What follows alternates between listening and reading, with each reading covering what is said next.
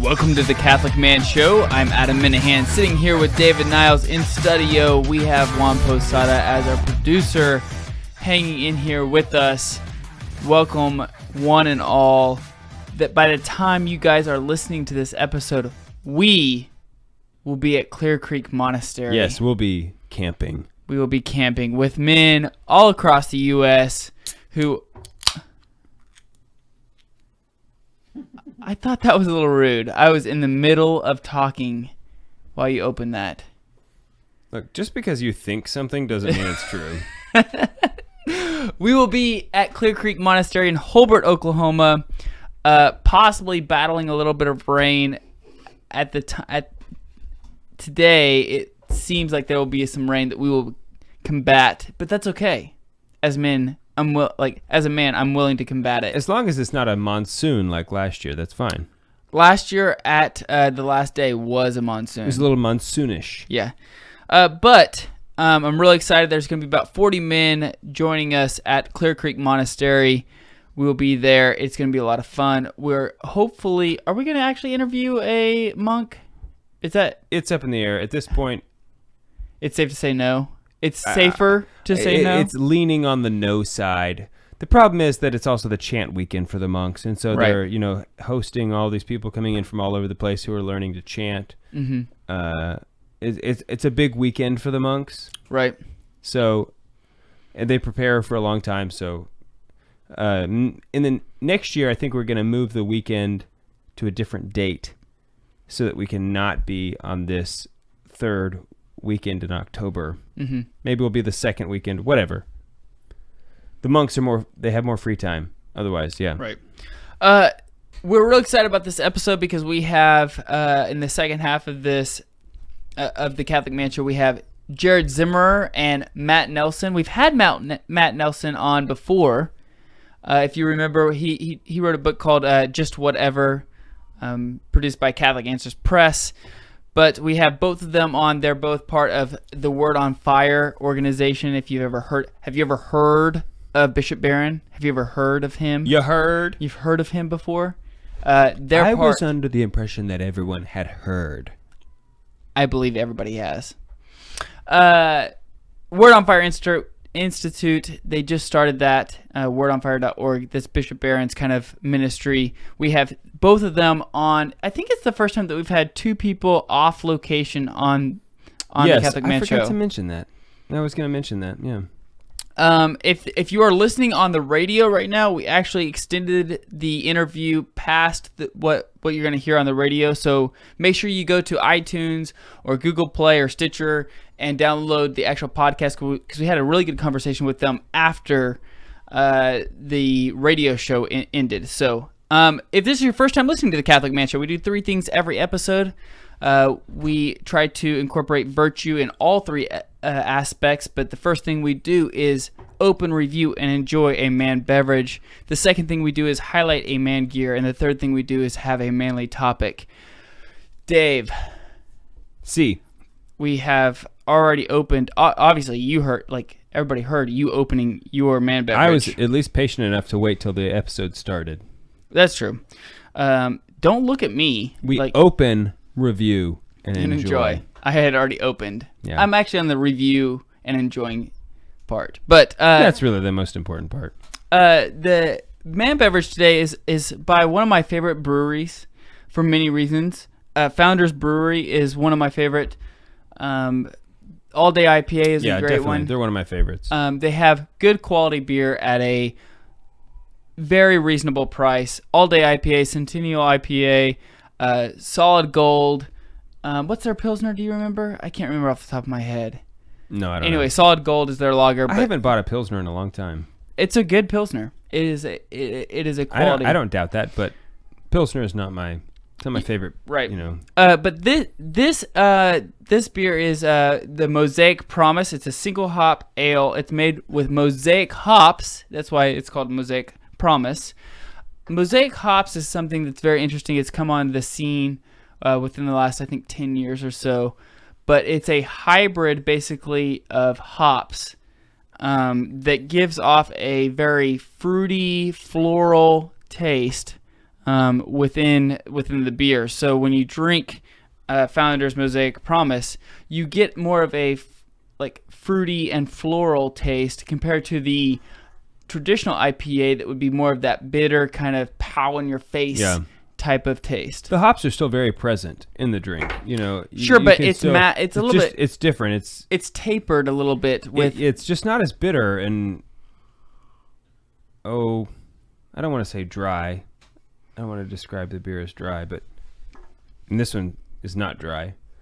Anyway, it's different. If you haven't had it, you should definitely go out and try it. One of my favorite things about Founders is that their beer is good and affordable. Mm-hmm. Mm-hmm.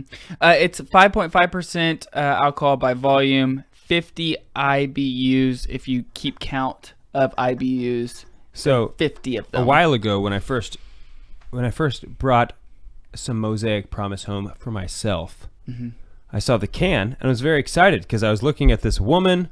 She's holding wheat and like pouring a pitcher of something, and I thought, wow, this could be, are they Catholic? Is this a Eucharistic image here? She's holding wheat. And so like I stared at it and looked for a long time, like, all right, well, maybe. Turns out it's not. They had a contest for whoever could come up with the best artwork. And I can't remember if they actually made a stained glass window of this. I don't remember. But anyway, this was a contest. Some guy won. And this is just the woman on the can is the goddess, is what they call the goddess of beer. So it's a pagan. Yeah, so it's very pagan. But the beer is still super good. It is good. And it's in Grand Rapids, Michigan is where the brewery is, which is where our friend Daniel Mattson is residing. Good guy. Good Twitter follow. Yes, go. Follow Daniel Mattson on Twitter. He's a great Twitter follower. I, on the other hand, am not a good Twitter follow. No, you are not. In fact, I've been contemplating unfollowing you for a while now. Why? Your life wouldn't change whether you followed me or unfollowed me. It would be exactly the same. True. That's true. I'll keep following you. I tweet 5 times a year, maybe. Oh, you do more than that. You think? Yeah, because you retweet a lot as well. I don't count retweeting. Oh, okay. That's fair enough. Yeah. Dave, we've been doing quite a few things recently. We're almost to the point of seeing the light at the end of the tunnel. We're almost at the Theology at the Tower, which is our radio fundraiser of the year. Yeah. Once we get past that, it'll kind of be a breathing point. What else we have going on? Do you know outside of Theology at the Tower? Well, and the camp out. Yes. No, but, I mean, that's about it. At least for the end of this year. We have several men's conferences that we've already confirmed for next year. But those are all next year. Right. Yeah. The Phoenix. Advent is going to be here soon. I'm really excited about Advent because do you fast on Advent or no? I have never fasted. I have never taken up Advent as a Lenten. This is a confusing thing. Because, it's a time of fasting and abstinence. Is that right? Is it a time of fasting? I don't know. It's a sacrificial season. Yes. Okay, let's put it that way. It's a sacrificial season. I think that's probably more accurate. But everybody says, but it's not Lent. Right. Well, what is it? Like if I'm supposed to be making sacrifices, but don't do it like Lent. Well, in Lent I make sacrifices. Mm-hmm. So it's a little bit confusing. I do have different greetings for Lent than I do Advent. Okay, please tell. In Lent, if I'm among what I know to be a very Catholic crowd, I will wish them a contemplative Lent. Okay. In Advent, a patient Advent to you. A patient Advent. Patience, I like that. Yes. Patience and contemplation. Yeah, I like patience for Advent. I mean, and they're kind of sides of the same coin. Sure. I mean, because in order to contemplate, you need suffering patience. Lent to you. Yes. Yes. Grueling Lent. May it be the worst ever. But yeah, I'm really excited about the start of the new liturgical year. Should we put the can in the Bev cam? Hey, Juan, do you have the Bev cam going for us? There he it's is. too high. Look, see. Oh man, hold on. I got you. You can go subscribe to our YouTube channel if you could. We post all of our videos on YouTube. Also, we typically do a Facebook Live. We're not doing that this evening, but again, Matt Nelson, Jared Zimmer on with us through the second half of this show. I'm really excited. Zimmerer. Yeah, yes. That's the double R. The double it trips you up sometimes. It threw me off. It can be tricky. But both great guys. I wish people didn't have tricky names, Dude, I'm worse at it than you are. I'm really bad at pronouncing names. All the same. But so I definitely it's not agree their with fault, you. though. In fact, I said the wrong name at the MC event that we did at the Catholic school fundraiser in front of like 450 people. It's embarrassing. It was super embarrassing. But anyway, when we get back, we'll figure out what the man gear is. We're on the Lord's team. The winning side. So raise your glass.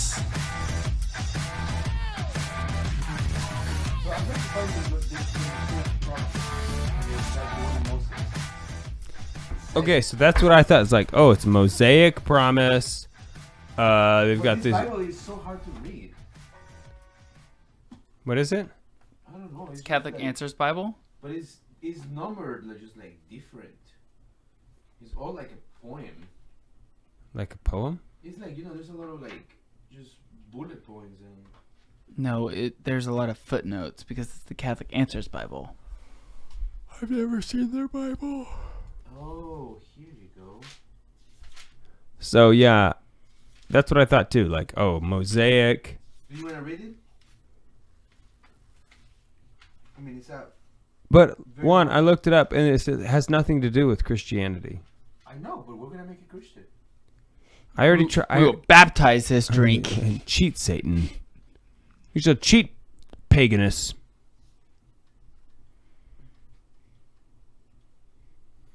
Okay, man gear.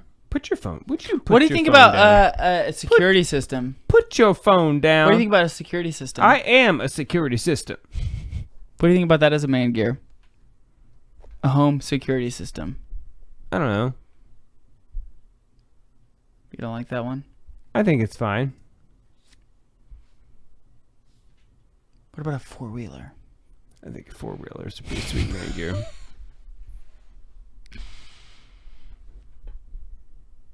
What about like an AR-15? What about the assault rifle? The assault rifle. The assault rifle? The assault rifle? That'd be pretty sweet. It's poor timing because all the flies are leaving for winter. That's true, but I got mine for Christmas. It was a good Christmas gift. Mm-hmm. Even though it required patience to wait for the flies to return. I'm okay with that. We can let's talk about the assault rifle. Sure. The other day I killed 12 flies. Yeah, dude, I know. It's like you can kill so many, you just lose track, and it's so satisfying. Oh, it feels so good. Okay, let's talk about it. Mine has a camouflage, and there's different colors of flies. Which one do you have? It's the same one, but it's camouflage. Camouflaged? No, Camouflage. camouflage. Because the flies are Or different. actually, it's like camouflaged in shapes of flies. So it's camouflage. So there's a green fly, a white fly, and a black fly, and that's how the whole rifle is. It's camouflage. That's hilarious. All right, yeah, let's do that. Is it this one? Bug Assault? Mm-hmm. Yeah, dude, they've got like Yeah. all kinds of upgrades and stuff. They have a laser now. Mm-hmm. They have a laser. Yeah, you see, that's camouflage. See, You look. can add the laser. Bye, now let's look at it. See how it's like in the shape of a fly? No. See? Okay, I guess it's very digital. Well, it says it's not. Whoa. It's camouflage.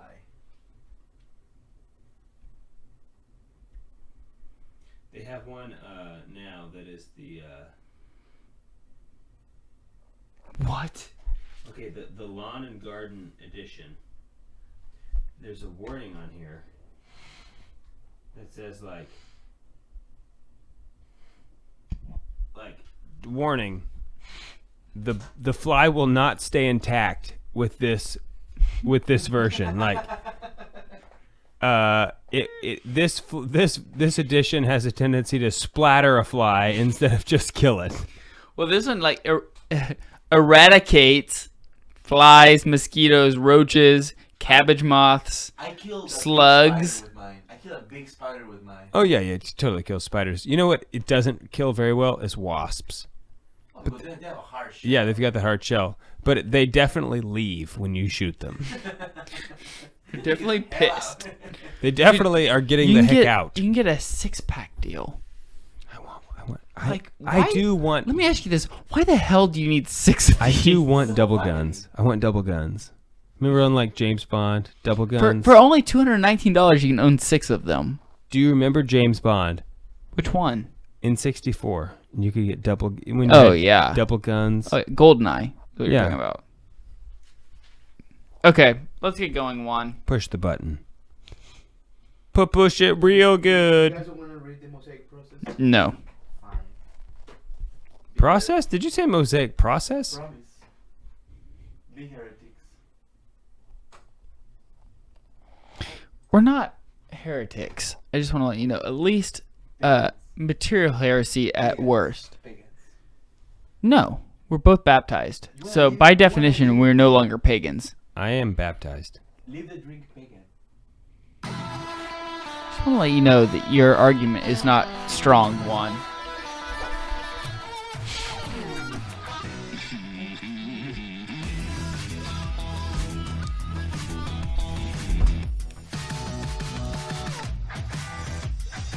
Welcome back to the Catholic Man Show. I'm David Niles. I'm here with Adam Minahan. Later in the episode, we will be joined by a couple guests. Said my last name really weird. Minahan. Thank you. Is that better? Yes. Adam Minahan. Yes. So we're drinking Mosaic Promise. It's a Founder's product. It's delicious. You guys should try it out. I kind of have a rotation personally of Founder's products. Rotate between the Mosaic Promise, the Centennial IPA, and the All Day IPA. Have I told you this? And you know what? The Solid Gold. I rotate in Solid Gold as well. Have I told you that Founders sent me glasses? Yes. I told you that? You told me when it happened. Yes, I was so excited. Like I'm such a big fan of Founders. Because something to do with Twitter. Yeah, I was. Cy Kellett, the host of Catholic Answers, was asking what's your favorite summer beer, or no, he said favorite lager. He said what's your favorite lager, and I said Solid Gold by Founders IPA, and I tagged them in there. Yeah. And Founder said, "Hey, hit us up. I'd like to send you a gift." I'm like, "Sweet." So they sent me 4 big lager glasses. You know, the small, slender. Yeah. A lager glass. Yeah, a lager glass. So it's pretty cool. That is very cool. You know, that's the cool thing of Twitter. You can just get a hold of basically anybody. You could just do normal stuff, and then all of a sudden, the company sends you free glasses. Yeah, which my wife was a big fan of. She really likes whenever we have different glasses. She's a big fan of that. And a lot of them. She likes a lot of beer glasses. Now I know what to get you for Christmas. Please. Or maybe her for Christmas. She would actually I'll really get you appreciate something, that. But then I'll get her the glasses. Gotcha. She would love that. So more new types of glasses. Yes. Or even the same. The same is good too. But we have over 20 Glencairn glasses in our glass cabinet. Yeah, but you had those. I mean, didn't I your had mom? 12. I had didn't 12. Your mom get you a bunch a long time ago? Before the Catholic Man Show, she gave me 12 for Christmas. So I had 12. And then we have the Catholic Man Show Glencairn glasses, and I've just accumulated glasses over time. And so I have over 20, and Haley's like, can we get rid of a few of them? And I'm like, what if I have 20 of my friends over and we all want to drink whiskey at the same time? 20 best friends are here. Yeah. So you know what I've been using a lot of lately is the Sacred Heart of Jesus, Immaculate Heart of Mary Glencairn glasses that I got. Well, you got them. You got some too as a gift. Yes, I did. From our friends down in Phoenix. Yes, where we will be this next year at the men's conference. Yes, we are coming. We had a conference call recently. Shout out to Matt and Brian and all those guys down there. Okay, so we just got finished talking about the man drink. Let's jump into the man gear, which we decided on over the break. And I'm also really excited about it because the man gear is something that I love. Okay, go ahead. Okay. I got one of these for Christmas last year. And Who got it for you? My dad. That makes a lot of sense. Yeah. Mr. David Niles. Yes. He got me, my brother-in-law, and himself one. and my brother Jake. So we all got assault rifles. Assault rifle? Yeah, so it's like, I got you a assault rifle. What'd you get for Christmas? Let me just put it this way. Assault rifle. And that's what I'd tell people because they thought I meant like I got an AR-15 or something. Right. But that's not what we're talking about. But that's not what it was. Okay, so it is a plastic rifle, I guess. It's a plastic gun. It shoots salt. You literally put salt into it, and it shoots it, and it's designed to kill bugs. Okay? Flies. Flies specifically is what I think it's really designed for. It's actually called bug assault. That's like the actual name. It's not called a... Salt rifle. It's not salt rifle? No, it's called bug assault. I thought the packaging... It's called like bug. It's even bugassault.com. I even thought the packaging on mine said assault rifle. I don't believe so. Okay. Well, anyway, it is very awesome. So I have walk us used through it. I have used it. So anyway, there's like a little container on the front. You just pour salt in there. Like the same kind of salt, like the kosher salt or whatever that you use for ice cream, like Okay. whenever you do homemade ice cream. Okay, so I have experimented personally with different sizes of salt. Okay. In the beginning, I thought, oh, the sea salt is better. It's thicker chunks of salt, so you're shooting heavier pieces at the flies. Okay. It can handle that, no problem. Now, ice cream salt, it cannot handle. Ice cream salt is like chunks of salt. huge chunks Sure. of salt. No, it cannot shoot those. Okay. It's not. It doesn't fit. Okay. Okay, so but sea salt it can do. That's no problem. And so I thought, oh yeah, this is way better. However, I have since gone back to regular salt.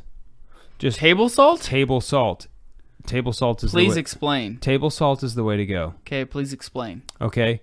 It turns out it doesn't take a lot of velocity. It doesn't take a lot of momentum to kill a fly.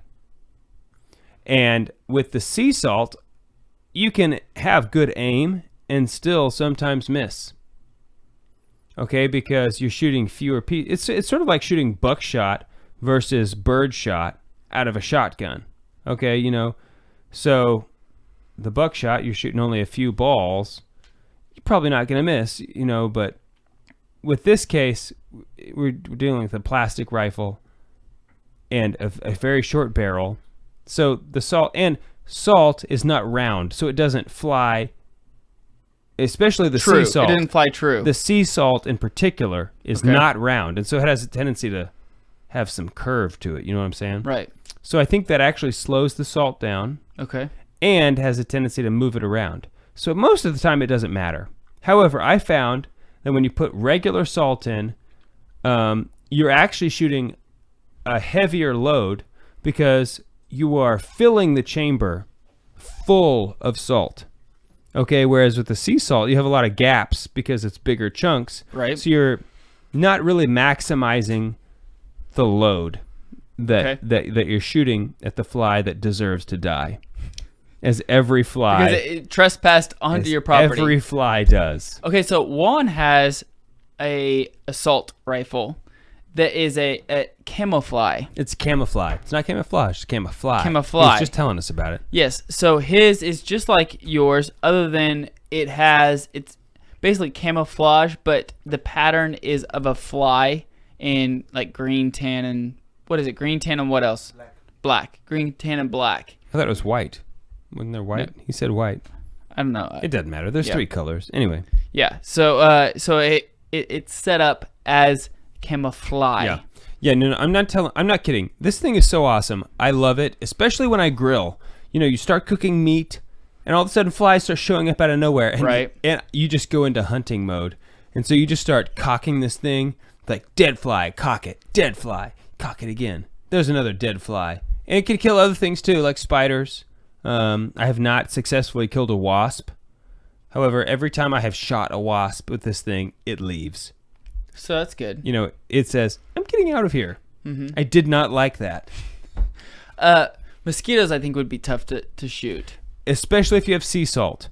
Now, if you have Table salt? table salt, the mosquito is easily rendered no longer alive. That's my politically correct way of saying it's dead. Yeah, and because it has a soul. It has a mosquito soul. Yes, but philosophically, we're talking about, like, just because he has a soul because he's alive, he doesn't have an immortal soul. Right, it's the soul that animates the body. Right, as Thomas Aquinas would say. Right. He ceases to exist. Yes, no, yeah, exactly. So anyway, it is the most satisfying thing. I'm not kidding. It is so, and like, because you just shoot this fly, and it like kind of shoots it's lethal to a fly within 3 feet, Okay. which is pretty close, which is pretty far. A fly will let you get much closer than 3 feet before Right. it flies away. Sure. And so you shoot it, and it just kind of like it doesn't fly, but it like gets bounced away. topples over. And it just lands on the ground and is dead. So if I had to throw a virtue at this man gear, I would actually kind of lean it towards more of, as fathers, we are providers, protectors, and establishers. No. You're totally off base. It's the virtue of deadliness. No, It's a virtue. we're Deadliness. protectors. No, we are this protectors. is deadliness. It is a virtue. I have decided. This is protectors. We are protectors. Men are protectors. Okay, fine. That would be a better one. Yeah. But the thing is awesome. Yeah, it is. I'm not kidding. If you don't have one, they're kind of expensive. It What definitely. are they? Here, hold on. Let me look. Yeah, I'll look like it up. pull it up, because it definitely does not cost this much to make. You know, and I'm not saying that they should sell it for what it costs. I'm a capitalist. You know, they deserve to make money. But, well, like you were looking at a $50. $50. That's what I'm saying. That's kind of expensive, don't you think?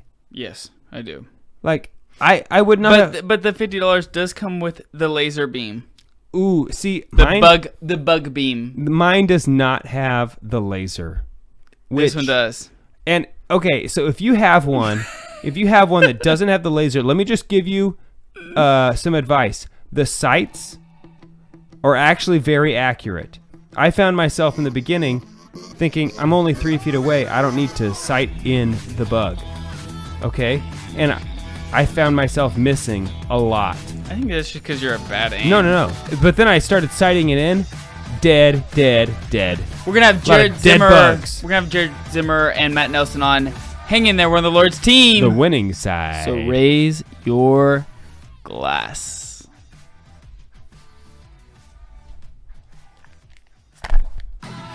I just moved into a new office not too long ago, And welcome back to the Catholic Man Show. I'm Adam Minahan with David Niles. And as promised, we have Jared Zimmer and Matt Nelson with us from the Word on Fire Institute. Gentlemen, thank you so much for tuning in with us this evening. Cheers to you guys. Thanks for having us on. Absolutely. Cheers. So, really fast, I'll give you guys each maybe 30 seconds to maybe introduce yourselves. We'll start with Jared first, and then we'll go to Matt. Our audience probably remembers Matt. We had Matt on, probably a handful of episodes ago. You can go back maybe 10. 3 months ago. I don't remember, but we've had Matt on recently. I think it was before my last daughter was born. Okay. That's a good.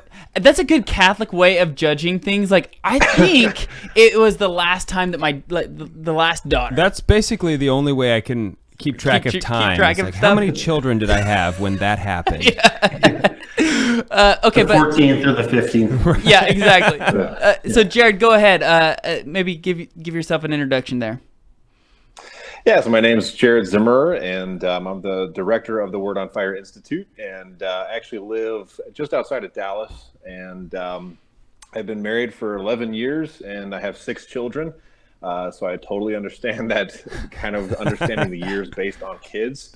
But born and raised here in Texas, and I've written a couple of books, and I've been full-time with Word on Fire for about 2 years now. So it's been quite a blessing to work with Bishop Barron and the whole Word on Fire team.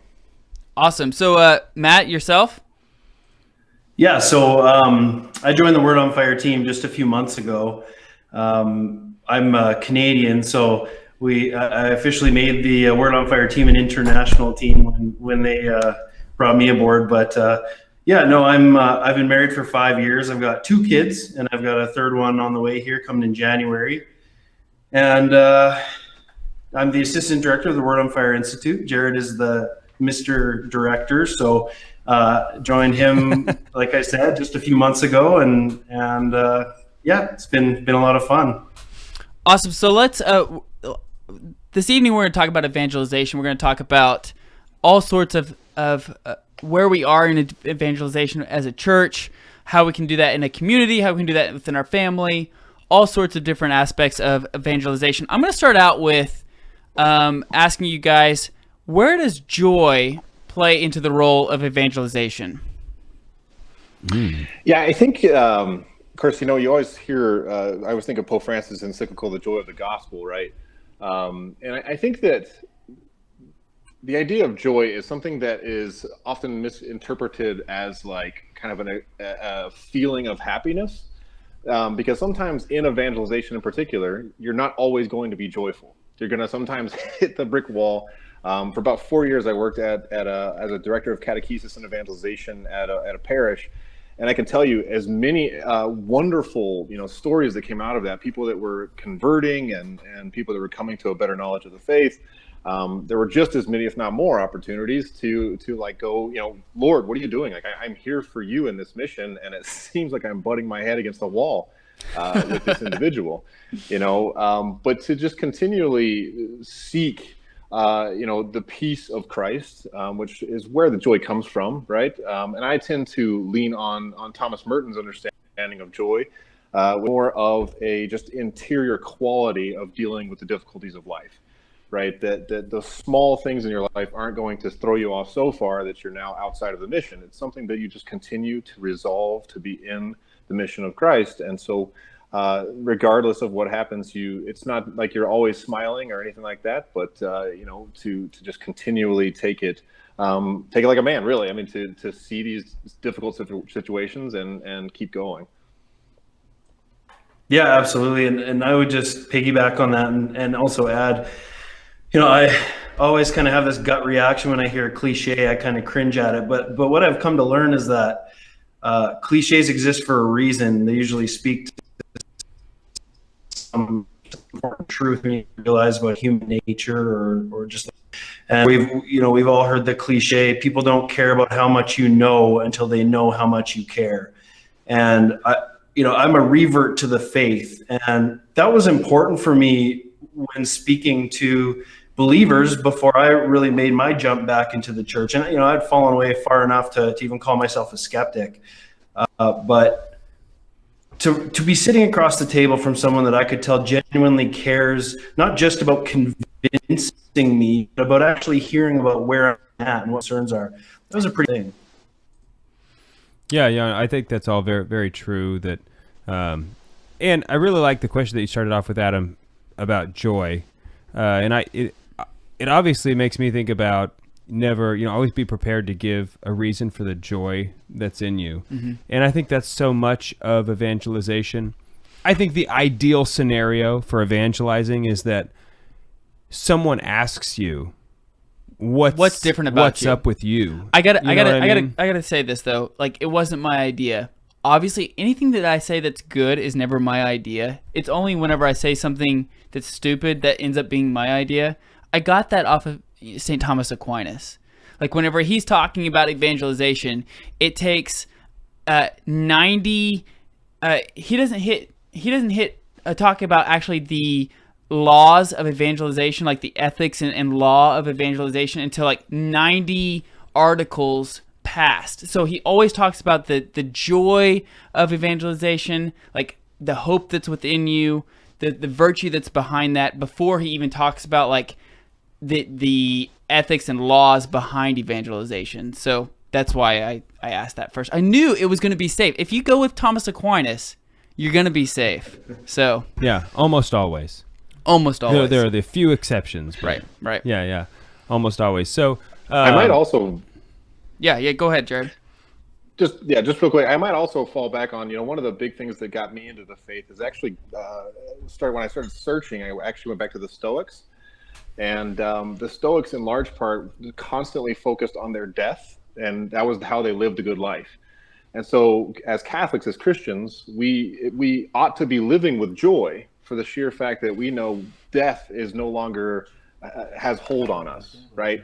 If that's the scariest possible thing that could happen in a human's life is death, and we know that our Savior has already beaten that, how can you not but be joyful, right? So like no matter what happens, I mean, sometimes when I'm getting out of my van with 6 kids and it's pure chaos, and people are wondering, why is he still smiling whenever there's chaos all around him? It's like, well, ultimately, my Savior lives, right? Right. Jared, it's so funny you say that. We've been talking about, in the Minahan house, we've been talking about death, All Souls Days coming up. Last year, we went to the cemetery and prayed the rosary as a family together with, at the cemetery for All Souls. Recently, my second oldest son walked up to my wife and said, "How many weeks until I die, Mom?" And I thought, okay, maybe I'm talking a little too much about it. Maybe we should pump the brakes a little bit on the death if he's thinking about his death already. But you're right. I mean, you're right. Like death gives you an idea of how limited time we have here. Yeah, although Absolutely. I think it's okay. It's only really until the baby boomers were born that children stopped having an acquaintance with death. I mean, Yeah. for every generation up until the last 3, death was something that all children knew, because people used to die young. I mean, it was Yeah, that's true. Death was it was a part of life for them, and so that's tragic, because all death is tragic. Man was not made for death, but in some way it was helpful, I think, in constantly keeping what's important, are my priorities in the right order. Whereas today, it's easy to think that Snapchat is the most important. How many actually followers important. you have? Yeah. Guys, you guys were talking. We brought you on. You guys, we said you guys are part of the Word on Fire Institute. You guys or Word on Fire organization. We only have about 2 minutes left of this break, but I want to start this topic on the Word on Fire Institute that you guys just started. Matt, what are your thoughts there? Tell us a little bit about it. Yes, so the Word on Fire Institute is really kind of a first step in the direction of making Bishop Barron's vision for a Word on Fire movement a reality. And so part of a movement is having a group of people who have a common vision, a common goal, something to work towards together. And in the case of a Catholic movement, well, they're going to share a common spirituality as well. And so what we're trying to do at the Word on Fire Institute is really give people who are interested at this point in at least just modeling their style of evangelization in the style and methods of Bishop Barron, giving them a place where they can start to be, in a sense, trained to be that type of evangelist. And over time, then, this Word on Fire Institute, where we're bringing in experts in all sorts of different fields, talks and lessons that are relevant to evangelizing our modern world. Eventually, this will be a place where, it will be the training grounds, in a sense, before we go out and evangelize. So that's in a nutshell. And I know we don't have much time left, but I know Jared's got a lot to add to that. Yeah, Jared, I think we got about a minute left. So if you want to add anything there, we'll pick this up on the other side of the break, but go ahead. Yeah, and I would just kind of piggyback on what Matt said, is that, this is something that, this idea of a movement started about 5 or 6 years ago. Cardinal Francis George, before he passed, actually challenged Bishop Barron on this rise of unaffiliation. Now a quarter of the country is considered unaffiliated, no longer affiliates himself with any religion whatsoever. So within that, you have numerous different demographics and thought patterns and all of that. And Bishop Barron was kind of lamenting about that. And Cardinal Francis George, was kind of like, well, what are you going to do about it? And number 2 was like, well, where are the movements that are going to help answer this? So as he said, we're going to have to, the first step. Yeah, and we're going to have to pick this up on the side of the break. We're on the Lord's team, the winning side, so raise your glass. There you go. Sorry, Jared, I didn't mean to cut you off, man. No worries. You guys can't hear the bumper music. Yeah, you can't, and that's a bummer that you can't hear the bumper music. So we're still working on that. Yeah, we're struggling here, but no worries. Because we're a radio show as well, we have to have 12-minute segments because it's hard breaks and things like that. So, but we'll be all right. It'll be okay. So when we we'll come back. We had another 12 minutes. We will what we'll do is we'll pick up what you guys were talking about, and then I definitely have questions, real questions about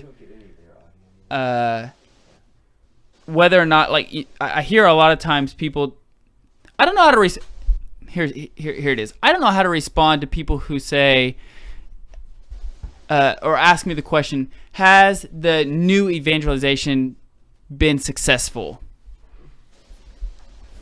So I'm interested to know what you guys, that is a good question. Because I've had people ask me that, is the new evangelization that John Paul II, birthed, I guess. Well, I mean, it's not. First of all, I don't think it's fair to give oh, John Paul II, he started it. I know, I agree. You know what I mean? Because he can't do it. You know, it's up to all of us. Right. It's it failed. It's his fault. And that's why I hesitated to even say that, because I don't want to put the blame on him. I mean, but I'm curious on what your guys' thoughts are on, has the new evangelization taken root the way it was planned, and has it been successful thus far, and how do we make it even better? Hey, did you guys see the most recent Pew study that came out? Which one? I think it just came out. One of the deacons in our diocese just sent a link to me. Yeah, did he send it to you, Adam? Yeah. I'll forward it over to you guys. I didn't want to reference it if you guys hadn't seen it. I haven't seen anything in the last week or so. No. Yeah, I think it might be just very, very brand new. But apparently, as Catholics, we're totally losing. That's so it's a continuation of right. Yeah. We've had the biggest dropout rate in America compared to any other major religion. Yeah, it's absolutely terrible. It looks like Benedict is proving to be a prophet when he said we were going to have a smaller church. Yeah. I just forwarded that email over to you so you guys can have it later. Awesome. I mean, we won't reference it here, but just that way you guys have it. Yeah. Okay. Let's roll it. Juan, let's do this.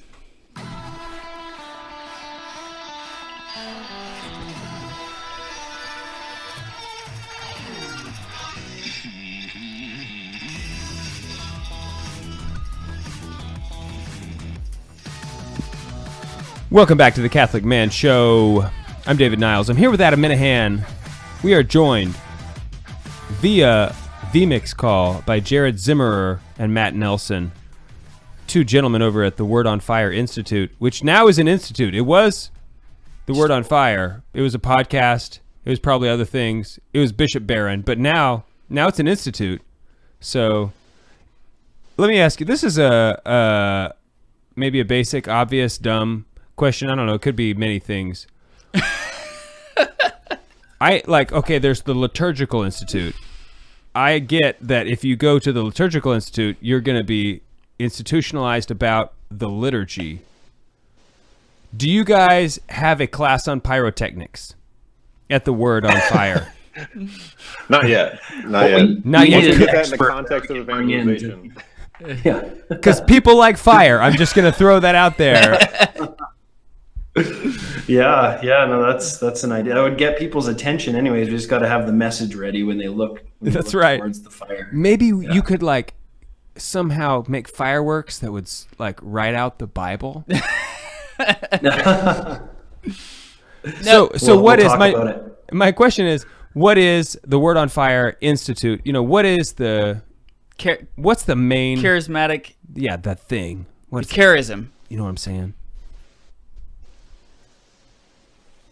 Jared, I'll put that question to you.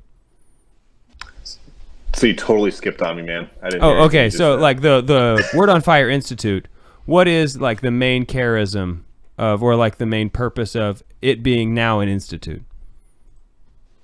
Yeah, I guess the main charism is by far evangelization. That is our focus.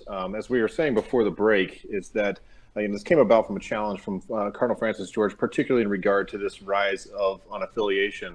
And Bishop Barron took that very seriously. And really for the past about 4 years, a little bit more than that, myself and several others on the Word on Fire team had been praying about what is it that God's calling Word on Fire to be. And so what ended up happening was, we came up with this thought of maybe Word on Fire could grow into more of a movement, a true ecclesiastical movement in the right sense.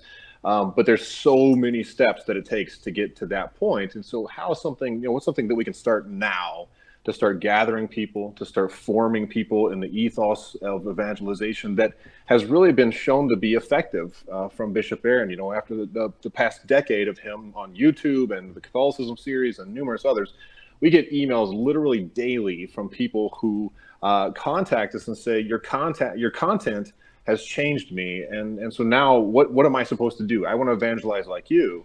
And we've been receiving that for years. And so this institute is really sort of the first step to start gathering people together, start forming them in the ethos of evangelization that has been so effective. And so the institute right now is mostly a digital presence. However, we do have certain future goals that would include things like conferences, retreats, and many, many other things along with that. But so it's a growing thing, and it's really kind of just in its kind of beginning stages right now. But we're already receiving emails from people in India and Norway and numerous other places saying, like, thank God this came about, because this is exactly what I needed in my faith to grow and to be challenged to evangelize.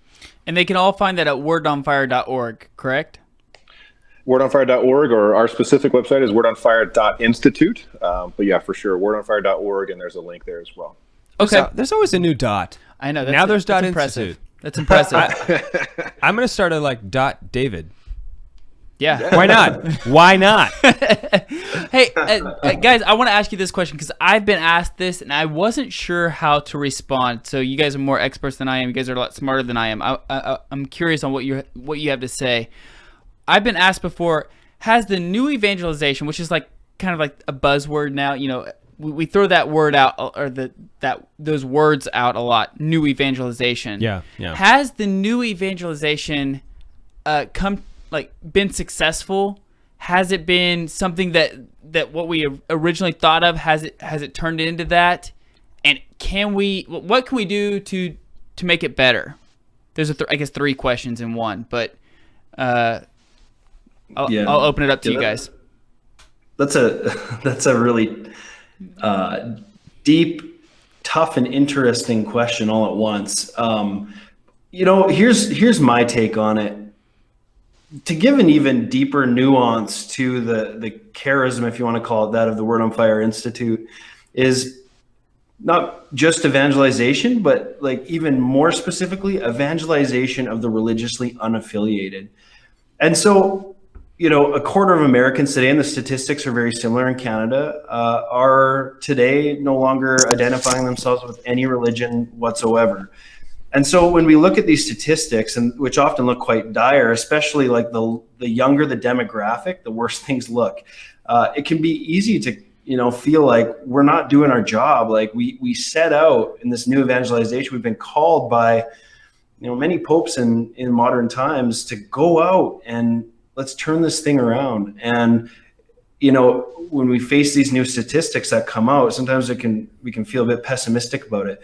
But I think like things like the Catholic Man Show are and the Word on Fire Institute. I mean, I think these things are evidence that maybe things are going better than we think they are. I mean, I really think that there's been a lot of things set in progress over, especially since John Paul II. New creative ways to get out and evangelize and explain and defend the faith. So for me, I want to take a sort of a Chestertonian look at the whole thing, flip it on its head, which for him was often actually flipping something from its head onto its feet, right side up, and see this maybe as something more positive. Yeah, I think that things are going well, but I think that there's always room to improve too. Yeah, and I guess I would just kind of focus in on like what are the three aspects of it, right? It's new ardor, new method, and new expressions of how to spread the faith, right? And we see that happening for sure. The difficulty where I think we're running into is that for many years we were answering the wrong questions, right? So people are asking very basic first principles questions, and we're coming at them, they're trying to understand like, who is God? What is God? How am I even supposed to have a relationship with this thing that I don't know about? And we're answering the wrong questions, right? Or oftentimes what would happen is, as much as I think accompaniment is absolutely part of the process, we would do accompaniment without apologetics, or apologetics without accompaniment, right? But I think people are starting to gather together, and I think these Pew Research studies that are coming out are super helpful, and we've got to listen to these. But in large part, I mean, the more you look, it's truly intellectual, smart questions that are coming out. But it's about first principles. It's about meaning of life. Mm-hmm. It's about like, is God just a big being up in the sky, or is he like what Thomas Aquinas says he is? How do we answer those kinds of questions? And it's interesting because you see some of these cultural frontrunners like Joe Rogan and Jordan Peterson and others like that, who are asking these very basic questions. Some go more with a mythic understanding, and some go with a very atheist agnostic understanding of God. But those questions are being asked, and being asked sincerely. I mean, it's a real question, and I think we've got to start really focusing in on paying attention to what's being asked. But yeah, I would say that some aspects of the new evangelization have been successful because it's brought about this new expression, new ardor, and new methods. But we have to steer it in the right direction, and I think what we need to do is start paying attention to the culture. And listening to the questions that they have. Okay, so I think that's a really good segue into my next question. When I just think about people today, I think about, specifically guys, and I am becoming more and more just old. The older I get. And what I mean by that... more and more kids. Yeah. Yes. I just am becoming more and more anti-technology, not from just not in general, but maybe specifically. I think that smartphones are killing us all mentally. And so there's all these people out there, and they've got so many distractions. And so the more distractions, the newer the distraction. I think maybe the newer the method, with regard to the new evangelization. We may have to come up with a new method for every new distraction. And it seems like the distractions are increasing at an incredibly rapid rate. But I think, I want to get your feedback on this. Going back to a time-tested method, and this is something that Bishop Barron is huge on, is the idea of beauty. Because I think with more and more technology, the more and more flashy screens we put in front of ourselves, the less and less beauty that we actually have in our lives. It's full of entertainment. We only have about 2 minutes left. Nothing of substance. So yeah, what do you guys, and Matt, I'll kick this over to you first. Do you have any thoughts about that? Yeah, no, absolutely. I think that we need to lead with beauty in many situations because of the world that we live in today. And that's really been Bishop Barron's line for many years. He says beauty is the arrowhead of evangelization because it's the least trivial these days in this age of relativism when we consider truth, goodness, and beauty. And I was just teaching an RCIA class last night, and I showed it was on a TV screen, but it was The Last Judgment in the Sistine Chapel, a really beautiful work of art by Michelangelo. And you could see the eyes light up, and people really got the point I was trying to make as I used the beauty of that painting or fresco to show the people in RCIA the very point I was trying to make. But so yes, I agree, it's essential. And Jared, go ahead, you get the last word. Actually, hey Jared, we're gonna pick this up. If join the council, man, we're gonna take this conversation past the radio station. This is wordonfireinstitute.org or wordonfire.institute is where you want to go. Wordonfire.org. Jared Zimmerer and Matt Nelson, hang in there. We're on the Lord's team. The winning side. So raise your glass. Okay, so we ran out of time. When Juan is here producing, he does a phenomenal job, but I can't see the computer screen anymore, so I did not realize we were so low close on time. Yeah. So can you guys give it another 10 minutes, or so? Are you guys okay with 10 more minutes? Sure. I'm gonna run and grab my power cord quick. Yes, okay. Yes, please do. And we'll just add this to the podcast. Okay. Which is really where everybody listens to our show. I don't really know that many people actually listen on the radio. So yeah, I mean, we're on like 13 or 14, maybe 15 different Catholic radio stations, but I really think the podcast. The people who listen to us, if they happen to catch us on the radio, it's just by happenstance. Right. Yeah. So anyway, the beauty. We can keep going while we wait for Matt to get back. So Jared, okay. That idea of beauty. Hold on. Okay, wait. Wait. We need to do Cubase. No, we don't. Oh, no, I agree. Never mind, we don't. Yeah. Because we can just pull the vMix audio. Yeah. Okay. Sorry, Jared. Go ahead. Yeah, and I would just, I guess, kind of continue with Matt's thoughts. Is that there's people sometimes get confused on what we mean by leading with beauty, because there's numerous different aspects involved in that. There's leading with the beauty of things like architecture, like old churches. There's things like leading with beauty, like this beautiful painting, which is a phenomenal way to introduce people into the truths of the faith. That's what it was created for. But I also think that the leading with the beauty that can still be found in the culture today. So even what's being created today, where we oftentimes kind of brush off a lot of, the movies or the music or things like that, sometimes you still find what Bishop Barron calls a Christ-haunted culture. And so leading with the beauty of a good Coen Brothers movie, leading with the beauty of Fargo, which isn't often considered beautiful, but, there's moments in there that rip the soul apart, and it awakes people up to something deeper than the material existence that they tend to define themselves by, right? And then there's also an aspect of leading with the beauty of a well-lived life. As I mentioned, getting out of the van with 6 kids, sometimes people tend to see that and think, now, why is that guy different? Why did he decide to do that? Why does he not look like a slob when he got out of the van, when he's got 6 kids pulling on his shirt all the time? Yeah. There's these so many different ways and uses for beauty. And I think that von Balthasar was just absolutely right when he said that beauty, there's something arresting about beauty, that there's no polemic involved. There's no argument involved. It's just an experience. It's kind of like you're getting into that deeper part of your being without necessarily needing to try, right? Like you see the Sistine Chapel and you're just kind of taken away by it, or you hear something, amazing by Beethoven, or you watch Braveheart, or, so many of these other things that just kind of rip you apart a little bit and make you step back and go, man, there's something deep here. And I think in regard to evangelization, that's so needed today, because that's the question people are seeking. They want meaning in their life, and beauty kind of allows that opportunity to wake it up to then the good and the true. Yeah, so there's something really... Go ahead, Matt. Yeah, no, I'll just add to that.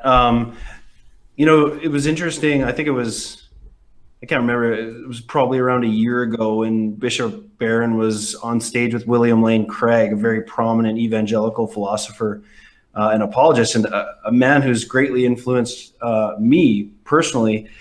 And at one point, this whole idea of evangelization through beauty came up, and you could just see Dr. Craig's confusion about, like, how does this work? Like, it was almost like he wanted it laid out in premises as a deductive argument, you know? And I think the key here, and this is really what Jared is implying in what he's saying, is that the argument from beauty is really not an argument at all, at least in the way we expect it to be. It's something intuitive. And I think like the first person that ever posed something like an argument from beauty that I ever heard was Dr. Peter Kraft. And he likes to throw this one out there, but it goes something like this. There is the music of Johann Sebastian Bach. Therefore, God exists. And then he always adds a tagline. He says, either you get it or you don't. And I think let me tell you, Sam Harris doesn't get it, because he came back in a debate with him and said, Marilyn Manson exists, therefore God doesn't exist. That was his rebuttal. Right. You know. Right. Yeah. And what St. Thomas Aquinas would say to that is, well, you need to know the difference between being and deprivation. That's true. Yeah. So here's my last question. I'll let Dave have the last say, but my last question for you both is this: the idea of beauty, the idea of the new evangelization. These are all words that we can all maybe grasp, but maybe not. It doesn't become tangible. It doesn't become like, how do I practically apply that as a man, as a father, as a husband? I hear all the time, you know, Mother Teresa's quote of like, if you want to change the world, go home and love your family. I'm interested to hear from both of you gentlemen, like, what are your thoughts? Like, give a guy who's listening to this right now one thing that they can go do and change to help further the new evangelization, further, you know, the idea of the true, the good, and the beautiful. How do we do that on a practical basis, on a day-to-day basis? Well, in regard to beauty, I would say read poetry to your children. That is okay. Your favorite poet? I mean, Dante. I'd have to say Dante, but I think that, you know, I've seen in my own children the growth of love of poetry, and unfortunately, the whole practice of spoken poetry within a home has almost died in our culture. And I think that when it comes to leading with beauty, aside from the fact of, like, I mean, behind me I have, you know, our Lord on the wall and artwork all around the house, but that moment of seeing their own father, and it's oftentimes stepping out of your own comfort zone to really give it, you know, the gumption it needs to be a good poem. But there's something about bringing that back into the home that I've just personally seen grow in my children. Jared, I am so glad you said this, and I just absolutely love to toot my own horn. Humility is his virtue. Like, that is his strong suit. I have done this twice in the last 3 days. Nice. And in fact, recently on the Feast of Our Lady of the Rosary a week ago, I read the poem Lepanto by G.K. Chesterton. My oldest daughter is 3.5 years old. Okay, so it's not like I'm dealing with a very affluent audience here at the at the dinner table. Existential crisis during the right. Okay, and so I'm sitting here reading it, and my wife is over there saying, you know, like, okay, how long is this poem? And then I look over at my 3-year-old, and she is entranced. She's staring at me like eyes wide, and she was like, keep going. And she literally said that, like, keep going, and it made me realize there is just something so beautiful about good poetry that my 3-year-old gets it. You know, she doesn't have to have any historical background to, you know, like back in the 1500s, what was going on between Christians and Muslims, and, you know, what are the tactics of a naval battle, and, you know, why is it that we should not have won, and, you know, all of these things. Don Juan Oscar, yeah, really who is this Don Juan guy? You know, but it sounds awesome, but she doesn't know any of that, doesn't get any of the references, but just the beauty of the poetry. This is what I think it's Bishop Barron is so right about this, that beauty is a language that transcends every person, every language, every culture, that even my 3.5-year-old can listen to a fairly complex poem and a long one. It is a long poem, and just soak it up every second of it. So anyway, I just wanted to, yes, You just had to back that up, Yeah. because It's a digital high five. Yeah, exactly. yeah. Matt, what are your thoughts? Yeah, I mean, I'm going to make a practical recommendation out there, and I'm going to say, and I've listened to your guys' show, and I'm trying to remember if I've heard you say this. I'm positive, though, that you've probably said this when I wasn't listening, if not when I was. But like, guys, you gotta form groups of men that you can hang out with out there. Drink scotch, smoke a cigar, and talk about the truth, goodness, and beauty of Catholicism. And if you're in a community like me, where there's not a whole lot of like Catholic guys that are really interested in doing something like that, I mean, a huge part of my community here are evangelical guys, and they've become some of my best friends. And man, like we have great relationships, and we talk openly about our differences, and often in a very fruitful and productive way. So evangelization is happening live, but we share so many things in common. And I just think we gotta form those communities of men where we can talk about these things, and maybe even recite poetry together over a nice scotch and pipe tobacco or something. But yeah, there's an idea. That sounds awesome. I also liked, Matt, what you just said there. It's like, if you don't have any Catholic friends that you can be Catholic with, get a bunch of men that you can be men with, because you're heading Even down. if they just love this, like Jared brought up the Stoic philosophers. I mean, we'll put a little plug out there for Jared's buddy Kevin Voss. He's got a doctorate in psychology, and he's written some fantastic books out there on St. Thomas Aquinas. And he wrote this really great book, is it The Porch and the Cross, on how Stoic philosophy has this like really interesting crossover with Christian spirituality. But yeah, like find guys that have these values in common with you, and hopefully the good that you guys have will rub off on each other, and you'll make each other better men. Also, I'm a big fan of his book, Memorize the Reasons. Yes, me too. Yeah, that idea. I didn't think it would work, and then I read the first chapter, and I was like, let me try it. I can still do it. I can It's still, like yeah. You walk up, there's the rock, and then you go to the door. I Yeah, still it's got like all the places in my head, I was like, wow, that actually worked. Yeah, and then there's a sailor riding a bull who walks out of the door, and I remember now that it's like, oh, that's Luke, and he's the cat. It's like, anyway. If you haven't read his book, you have no idea what I'm talking about. But you got to get his book, and you'll be able to remember. The sailor riding the bull in my memory is actually Jared. I made sure that it was an image of Jared riding the bull. That's awesome. Okay, Dave, I'll give you the last. No, I'm done. You're good? I'll give, out of humility, Adam, my deep humility, I will give you the last word. Well, so what's it like? I think that it would not be okay to end this podcast without asking you guys what it is like to work with Bishop Barron. He's not going to listen to this podcast, so feel free to answer it freely, because he doesn't listen to this podcast. So go ahead. What's it like to work with Bishop Barron? I'm going to make it fast, because I was going to say Jared knows Bishop Barron a lot better than I do, but let me just say I met him for the first time about a month ago at our inaugural priest conference, and I'll just say this: I got to eat 4 meals with him, spent a lot of time with him. He's the real deal. Go ahead, Jared. Yeah, it's incredible to be with a guy that in literally the same 5 minutes you can be talking about a Coen Brothers movie like The Big Lebowski or something, and then jump right into like the existential crisis of Hegel.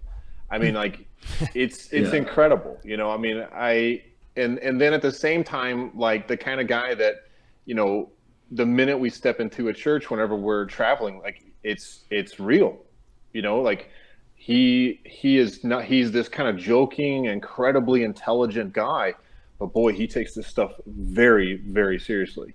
And so it's like if you think of like the epitome of a Renaissance man, that's him. Nice. I mean, he can just literally do anything and talk about anything, and he's funny. So he is one of my heroes for sure. Well, Jared Zimmer and Matt Nelson, thank you so much for carving out some time to hang out with us this evening. Wordonfire.org or wordonfire.institute, correct? Did I get both those correct? Yes, sir. Yeah. Okay, that's where you guys need to go. Guys, thanks again so much for hanging out with us this evening. Thank you. This has been great. Awesome. We're on the Lord's team. The winning side. So raise your glass and cheers to Jesus.